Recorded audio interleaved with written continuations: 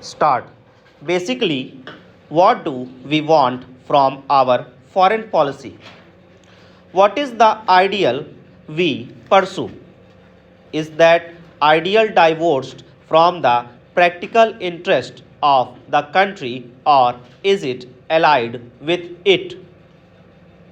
As it happens, our ideal and practical interests are the same. No government can afford, however idealistic it may be, to leave or neglect the practical interest of the country. We have believed that freedom is indivisible, that peace is indivisible, that economic prosperity is indivisible, that peace is indivisible, that economic prosperity is indivisible. And these are the fundamentals on which our foreign policy is based. We have stood for the freedom of all countries, even when we were not free, when we were in no position to help other countries, we went out of our way to give them whatever moral and other support we could. And I know that the moral support was welcomed and it did help these countries. Today, we have the same stand. We know that joining together with the Afro Asian group is not going to immediately strengthen any of the countries who belong to that group. But we know that there is no other way of strengthening them either. We share the common problems, common difficulties, common threats, having stability within our country and by having economic progress.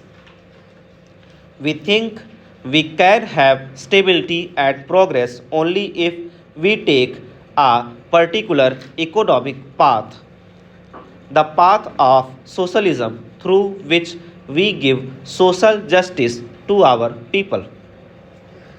It is the same social justice in the international sphere for which we stand.